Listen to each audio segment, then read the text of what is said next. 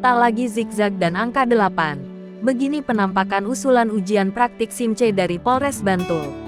Kepala Kepolisian Negara Republik Indonesia Kapolri, Jenderal Listio Sigit Prabowo meminta kepada jajarannya untuk melakukan studi banding untuk mempermudah ujian SIM. Dikutip dari Tribun Jogja, Polres Bantul pun menindaklanjuti arahan tersebut dengan membuat konsep baru ujian praktik pembuatan surat izin mengemudi SIM untuk kendaraan bermotor roda 2. Sesuai dengan arahan Kapolri, dalam ujian SIM terbaru ini warga tidak perlu lagi bermanuver angka 8 dan zigzag. Kapolres Bantul, AKBP Ihsan menjelaskan bahwa konsep baru ujian SIM ini didasarkan dengan masih banyaknya kecelakaan lalu lintas di Bantul yang didominasi kendaraan roda 2. Sekitar 51% kecelakaan disebabkan faktor manusia. Beberapa di antaranya minimnya pengetahuan soal rambu lalu lintas, kurangnya konsentrasi, dan kecerobohan dalam berkendara. Menurut Ihsan, alasan lainnya adalah ujian praktik SIM selama ini tidak linier dengan ujian teori. Dalam ujian teori, warga diuji pengetahuan soal rambu lalu lintas, marka jalan, dan sebagainya. Namun, dalam ujian praktik selama ini, prosesnya hanya menitikberatkan pada keterampilan berkendara, salah satunya dengan melewati rintangan zigzag dan angka 8. Maka dari itu, konsep baru ujian SIM C itu menekankan kompetensi berkendara yang berkait dengan 3 aspek, yakni pengetahuan, keterampilan, dan perilaku. Selain itu, ujian SIM juga menjadi sarana edukasi bagi warga tentang rambu-rambu lalu lintas.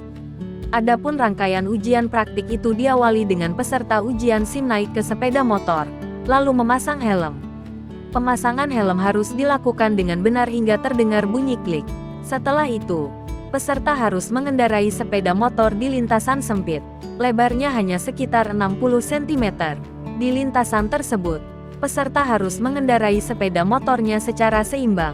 Dia tidak boleh menurunkan kakinya. Ini untuk menilai keseimbangan atau keterampilan dalam mengendarai motor, kata Ihsan. Sesudah itu, peserta akan dihadapkan pada lampu lalu lintas. Saat lampu merah menyala, peserta harus berhenti di belakang garis stop. Pengendara yang berhenti di depan garis stop tentunya akan mendapat pengurangan nilai. Kondisi di lapangan, banyak pemotor yang berhentinya melewati garis stop, tutur Ihsan.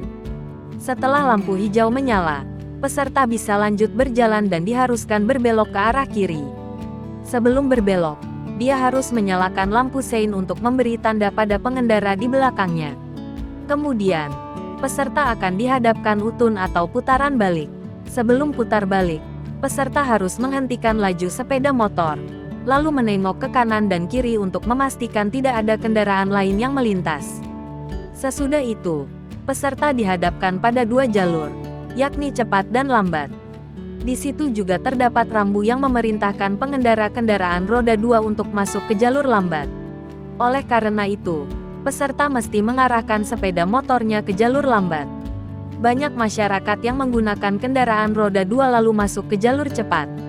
Ini sering menyebabkan kecelakaan sehingga kami buat ada jalur cepat dan jalur lambat untuk edukasi pada masyarakat, ungkapnya.